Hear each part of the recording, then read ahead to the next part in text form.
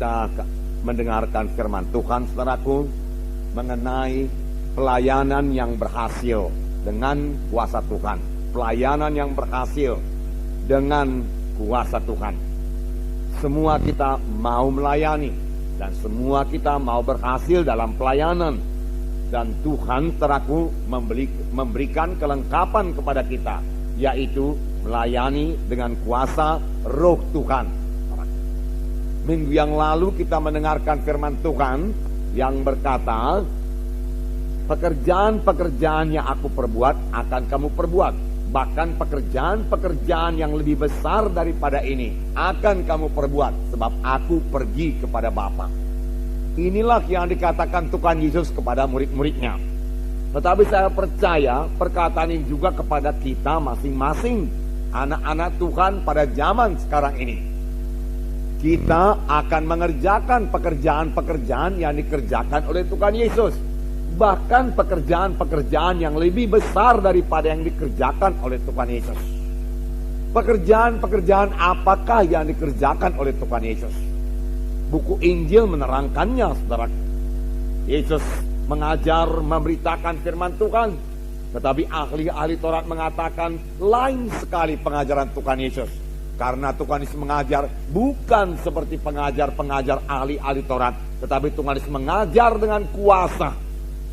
Dan ditambah lagi pengajaran Tuhan Yesus disertai dengan tanda-tanda ajaib dan tanda-tanda mujizat. Orang buta melihat, orang kusta disembuhkan, orang tuli mendengar, saudaraku, orang lumpuh berjalan. Inilah pekerjaan-pekerjaan yang dilaksanakan oleh Tuhan Yesus. Dan orang berbondong-bondong mengikuti Tuhan Yesus. Kemana saja Tuhan berangkat mengabarkan Injil, orang berbondong-bondong mengikuti Tuhan Yesus. Inilah macamnya pelayanan yang dikerjakan oleh Tuhan Yesus. Dan Tuhan Yesus sendiri berkata, pekerjaan-pekerjaan yang aku kerjakan ini akan kamu kerjakan. Bahkan pekerjaan yang lebih besar lagi daripada ini akan kamu kerjakan. Sebab aku pergi kepada Bapa. Saya yakin, saudaraku, maksud Tuhan Yesus, walaupun aku pergi kepada Bapa, aku mau pekerjaan-pekerjaan seperti ini tidak berhenti. Dan karena aku pergi kepada Bapa, kamulah yang melaksanakannya. Kamu melaksanakannya bukan dengan kekuatanmu sendiri, kamu melaksanakannya dengan kuasaku yang kuberikan kepadamu. Firman Tuhan berkata. Itu sebabnya saudaraku, Tuhan Yesus berkata kepada murid-muridnya sebelum dia naik ke sorga, tunggulah di Yerusalem sampai kamu dilengkapi dengan kuasa dari mati. Karena Yohanes membaptis kamu dengan air, tetapi tidak lama lagi kamu akan dibaptis dengan Roh Kudus. Murid-murid tidak mengerti apa itu maksudnya baptis Roh Kudus. Dan mereka bertanya dengan pertanyaan teraku yang berasal daripada cara berpikir manusiawi. Tuhan, pada masa ini kan Engkau membangunkan kembali kerajaan bagi Bani Israel?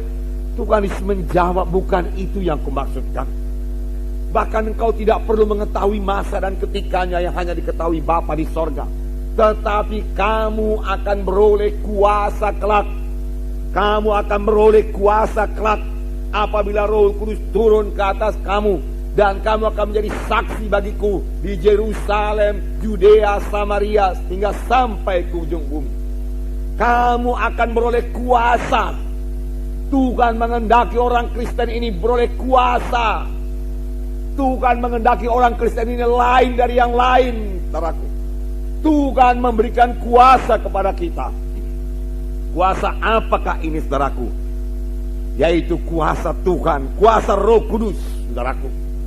Walaupun murid-murid Tuhan Yesus sudah 3,5 tahun lamanya diajari oleh Tuhan Yesus, Tuhan Yesus masih mengatakan kepada murid-murid ini, kamu perlu kuasa. Oleh sebab itu kamu jangan berangkat dulu menginjil. Kamu harus menginjil dengan kuasa. Kamu harus melayani dengan kuasa aku. Kamu harus kuurapi lebih dahulu dengan kuasa Roh Kudus.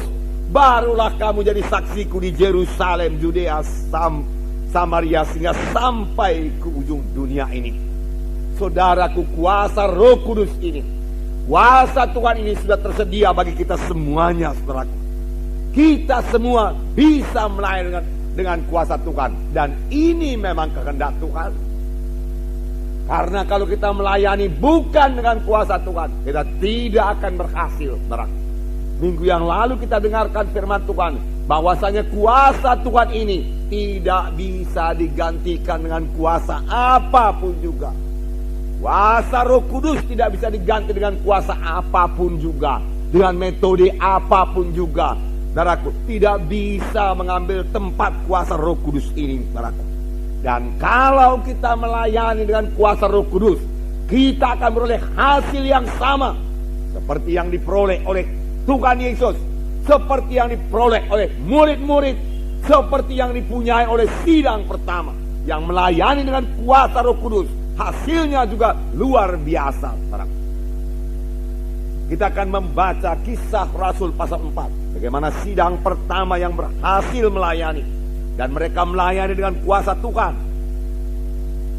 Kisah Rasul pasal 4 ayat 1 sampai 21. Mari kita membaca bersama-sama. Di sini kita melihat saudaraku pelayanan Petrus dan Yohanes dengan kuasa Tuhan, hingga 5.000 orang bertobat, saudaraku. Dan ini menyebabkan, saudaraku, imam-imam besar, ahli-ahli Taurat, tua-tua orang Yahudi, saudaraku, marah semuanya dan melarang Petrus dan Yohanes untuk mengabarkan Injil. Tetapi dan Yohanes berkata, tidak mungkin bagi kami untuk berhenti mengabarkan Injil. Petrus dan Yohanes menang menghadapi tantangan-tantangan itu semua. Kita melihat pelayanannya yang berkuasa, pelayanan Petrus dan Yohanes yang berkuasa, karena diurapi oleh Roh Kudus. Ayat 1 Kisah Para Rasul pasal 4 mulai ayat 1 sampai 22. Mari kita baca. Ketika Petrus dan Yohanes sedang berbicara kepada orang banyak, mereka tiba-tiba didatangi imam-imam dan kepala pengawal bait Allah serta orang-orang Saduki. Orang-orang itu sangat marah karena mereka mengajar orang banyak dan memberitakan bahwa dalam Yesus ada kebangkitan dari antara orang mati. Mereka ditangkap dan diserahkan ke dalam tahanan sampai keesokan harinya, karena hari telah malam. Tetapi di antara orang yang mendengar ajaran itu, banyak yang menjadi percaya, sehingga jumlah mereka menjadi kira-kira 5.000 orang laki-laki. Pada keesokan harinya pemimpin-pemimpin Yahudi serta tua-tua dan ahli-ahli Taurat mengadakan sidang di Yerusalem dengan imam besar Hanas dan Kayafas, Yohanes dan Alexander, dan semua orang lain yang termasuk keturunan imam besar.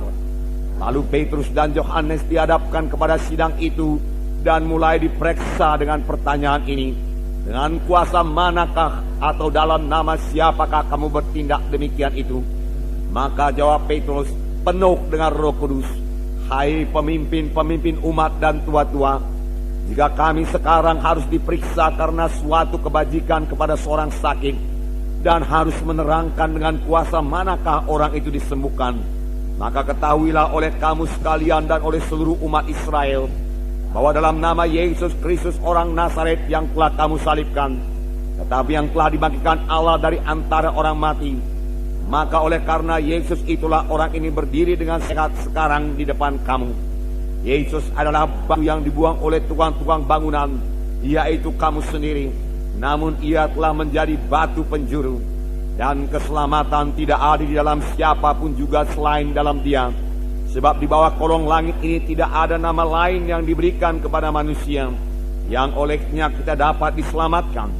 Ketika sidang itu melihat keberanian Petrus dan Yohanes dan mengetahui bahwa keduanya orang biasa yang tidak terpelajar, heranlah mereka, dan mereka mengenal keduanya sebagai pengikut Yesus. Tetapi karena mereka melihat orang yang disembuhkan itu berdiri di samping kedua rasul itu, mereka tidak dapat mengatakan apa-apa untuk membantahnya. Dan setelah mereka menyuruh rasul-rasul itu meninggalkan rumah sidang, berundinglah mereka dan berkata, tindakan apakah yang harus kita ambil terhadap orang-orang ini? Sebab bahwa mereka telah mengadakan suatu mujizat yang menyolok, dan kita tidak dapat menyangkalnya. Tetapi supaya hal itu jangan makin luas tersebar di antara orang banyak, baiklah kita mengancam dan melarang mereka, supaya mereka jangan berbicara lagi dengan siapapun dalam nama itu. Dan setelah keduanya disuruh masuk, mereka diperintahkan supaya sama sekali jangan berbicara atau mengajar dalam nama Yesus. Tetapi Petrus dan Yohanes menjawab mereka, "Silahkan kamu putuskan sendiri, manakah yang benar di hadapan Allah, taat kepada kamu atau taat kepada Allah. Sebab tidak mungkin bagi kami untuk tidak berkata-kata tentang apa yang telah kami lihat dan telah kami dengar." Mereka semakin keras mengancam rasul-rasul itu, tetapi akhirnya melepaskan mereka juga, sebab sidang tidak melihat jalan untuk menghukum mereka, karena takut akan orang banyak yang memuliakan nama Allah berhubung dengan apa yang telah terjadi. Sebab orang yang disembuhkan oleh mujizat itu sudah lebih dari 40 tahun umurnya. Puji Tuhan, luar biasa kuasa Tuhan. Kita melihat, saudaraku, pelayanan Petrus dan Yohanes yang sangat berhasil, saudaraku. Dan nanti akan kita lihat bahwasanya mereka ini melayani dengan kuasa Tuhan. Mereka penuh dengan roh Tuhan. Pada waktu mereka mulai berbicara, tentu yang dibicarakan mereka adalah Injil Yesus Kristus. 5.000 orang laki-laki bertobat. Ini merupakan satu pertumbuhan gereja yang sangat pesat.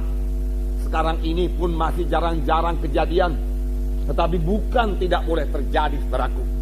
Bahkan ini harus terjadi, saudaraku. Dalam satu hari 5.000 orang bertobat, saudaraku. Dan kita mengetahui, saudaraku, bahwa dalam pasal sebelumnya, yaitu pasal 3, Petrus dan Yohanes ini berjalan ke bait Allah. Dan di pintu bait Elok dia melihat seorang yang tepok. Dan dia berkata, "Emas dan perak tidak ada padaku, tetapi apa yang ada padaku, apa yang ada padaku kuberikan kepadamu. Di dalam nama Yesus, orang Nazaret itu bangkit dan berjalan." Lalu dia memegang tangan orang itu, membangkitkan orang itu, dan orang itu berjalan, saudaraku. Apa yang ada padaku? Apakah yang ada pada Petrus? Petrus memiliki kuasa Tuhan. Kuasa apakah itu? Kuasa Roh Kudus, saudaraku. Di dalam nama Yesus bangkit dan berjalan. Lalu, saudaraku, orang-orang dalam bait Allah menjadi heran. Lalu Petrus memberitakan Injil yang sebahagian kita dengar dalam pasal 4 ini. Dan akibatnya 5.000 orang bertobat. Sidang pertama sama sekali tidak punya gedung gereja, saudaraku. Tidak, saudaraku. Bahkan mereka tidak punya peralatan-peralatan modern seperti yang kita punya sekarang. Tetapi satu perkara yang pasti, mereka memiliki kuasa Roh Kudus di dalam hidup mereka dan di dalam pelayanan mereka. Sebagai akibatnya gereja berkembang dengan pesat, saudaraku. Tetapi Roh Kudus bukan hanya bagi sidang pertama saja, saudaraku. Saudara, pada zaman akhir ini Roh Kudus sudah sangat luber dicurahkan, saudaraku. Oleh sebab itu, apa yang dikatakan Tuhan Yesus, apa yang disuruh oleh Tuhan Yesus, kita akan mengerjakan pekerjaan-pekerjaan yang besar. Bisalah kita kerjakan sekarang ini, saudaraku. Karena Roh Kudus yang sama, yang menyertai Yesus, yang mengurapi Yesus, sehingga Yesus bisa melayani, adalah Roh Kudus yang sama, yang menyertai sidang pertama, yang menyertai ke-12 rasul, adalah Roh Kudus yang sama yang bekerja sekarang ini, memimpin kita, mengurapi kita untuk mengerjakan pekerjaan Tuhan. Kita tentu rindu, saudaraku, keberhasilan seperti ini, saudaraku. Dan Tuhan akan memberikannya, saudaraku. Terlebih sekarang ini kita melihat penduduk dunia ini jauh lebih banyak daripada penduduk dunia pada zaman Tuhan Yesus. Penduduk kota Medan jauh lebih banyak daripada penduduk kota Yerusalem, saudaraku. Di Yerusalem saja, pada waktu hari Pantekosta, Tuhan menyelamatkan 3.000 orang yang pada hari itu juga dibaptiskan. Kemudian beberapa waktu kemudian, seperti kita lihat tadi, Petrus dan Yohanes ke bait Allah, lalu membangkitkan seorang tepok, lalu memberitakan Injil, lalu 5.000 orang bertobat. Dalam waktu begitu singkat, terlaku 8.000 orang bertobat. Dan firman Tuhan berkata, tiap-tiap hari Tuhan menambahi bilangannya dengan orang yang beroleh selamat. Boleh jadi, saudaraku, dalam waktu beberapa bulan saja sudah 10.000, kemudian 20.000, kemudian 100.000, saudaraku, tanpa gedung gereja, saudaraku. Kalau begitu, di manakah mereka kebaktian? Tentunya mereka kebaktian di rumah-rumah, saudaraku. Di rumah-rumah. Dan ini sudah kita laksanakan, saudaraku, melalui sistem kelompok sel kita, saudaraku. yaitu kebaktian di rumah-rumah tangga, saudaraku. Puji Tuhan, saudaraku. Puji Tuhan. Nah, kita akan melihat, saudaraku, lebih dekat, saudaraku, bagaimana mereka begitu berhasil, saudaraku, mengabarkan Injil, saudaraku. Kita melihat, saudaraku. Yang pertama, saudaraku, saya lihat di sini, saudaraku, mengenai berita mereka.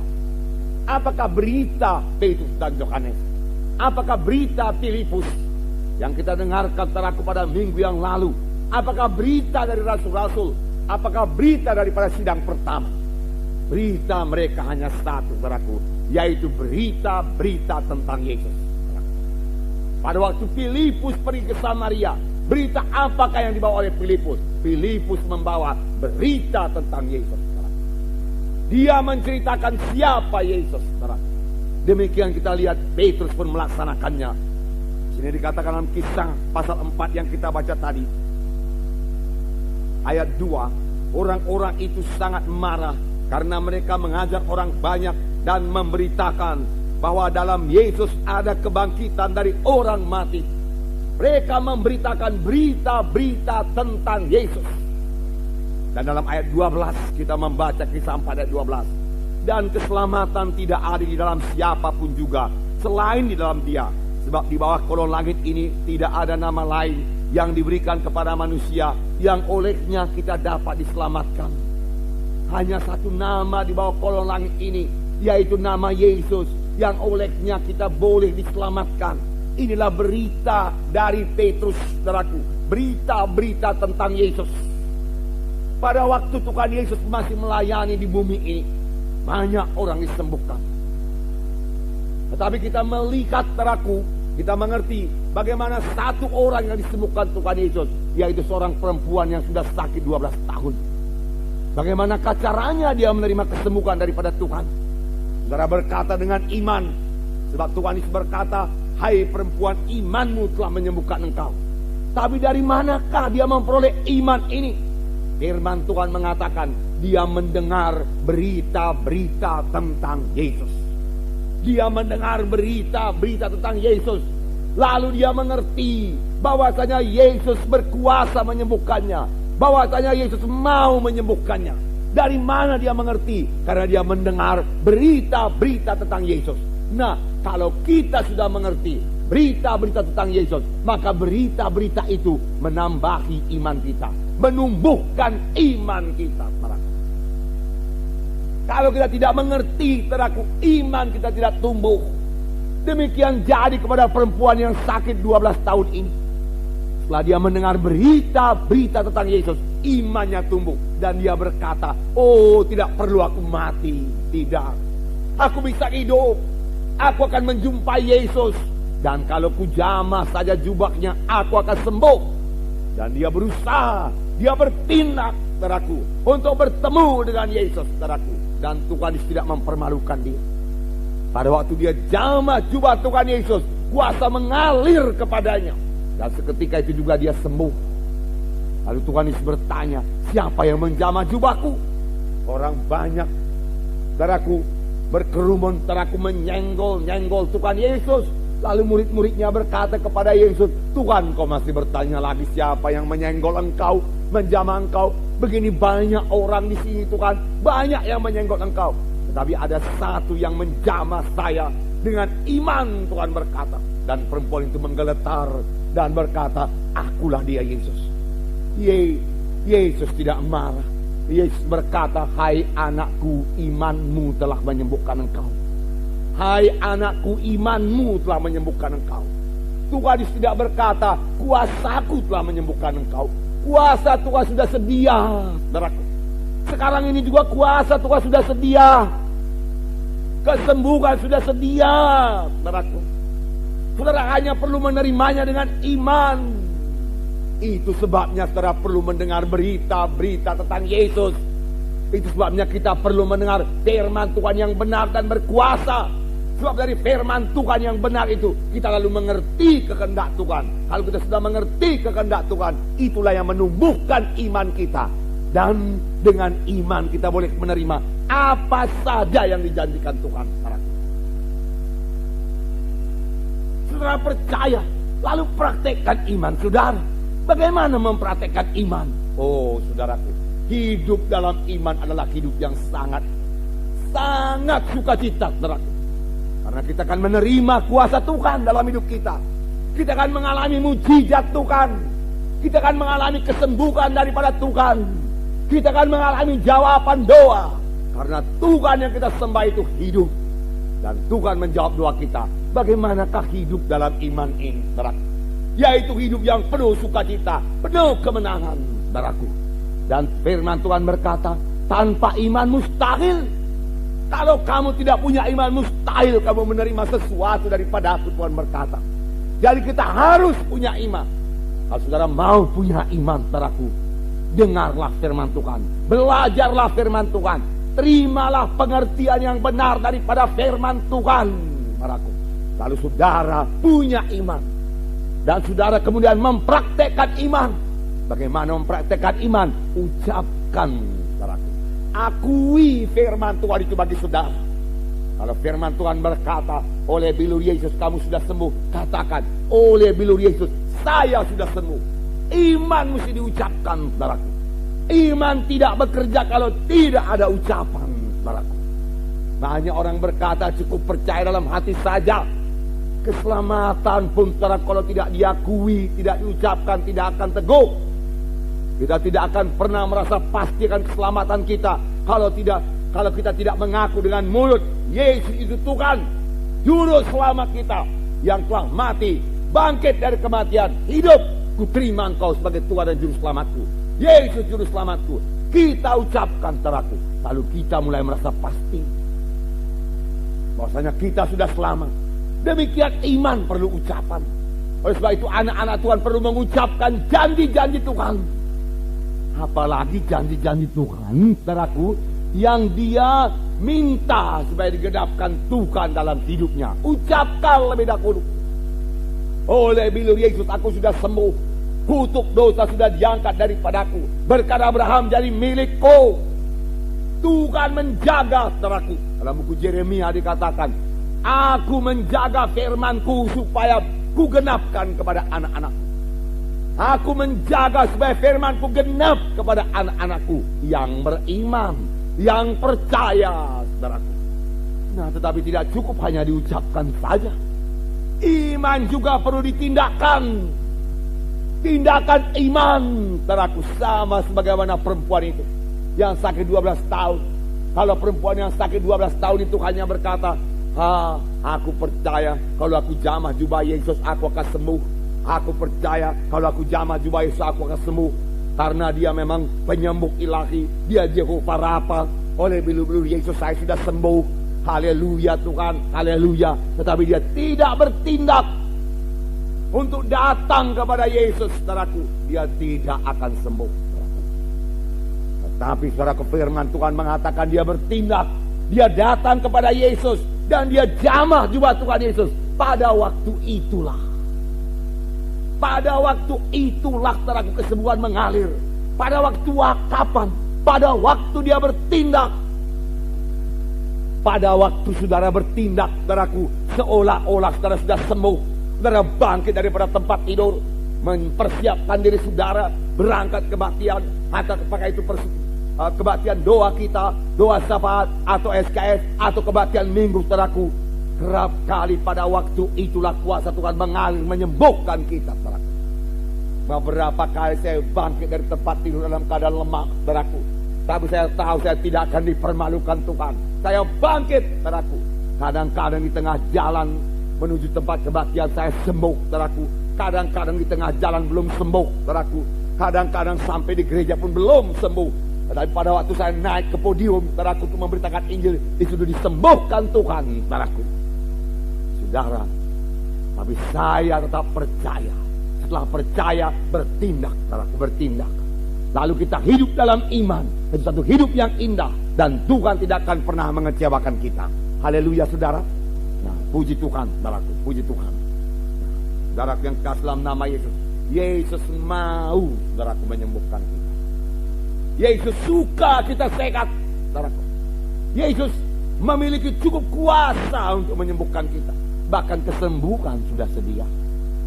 Seorang yang sakit kusta, datang kepada Yesus berseru, "Oh Yesus, anak Daud, jikalau engkau mau, engkau sanggup menyembuhkan aku.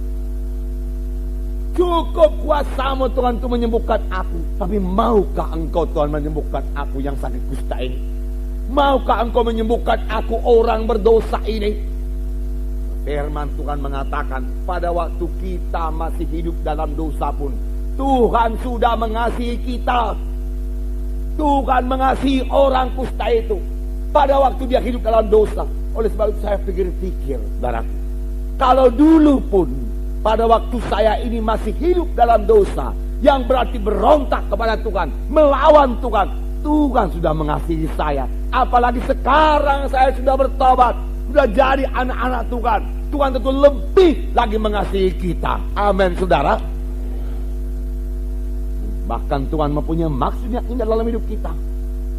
Yesus segera menjawab, saudaraku, kepada orang yang sakit kusta itu, "Aku mau, anakku." Dan Tuhan bukan hanya sekedar mengucapkan perkataan saja, dia mengulurkan tangannya dengan kasih. Dan firman Tuhan berkata, ketika Yesus mendengar orang kusta itu, hatinya tergerak oleh belas kasihan. Inilah dia akibat dosa. Manusia ini menjadi rusak, tapi Yesus datang untuk merusakkan pekerjaan-pekerjaan setan. Oleh sebab itu hati Yesus tergerak oleh belas kasihan. Inilah jiwa-jiwa anak Abraham, keturunan Abraham, yang dikuasai dosa, dikuasai kutuk dosa. Aku datang menyembuhkannya. Dan sampai sekarang Yesus belum berubah.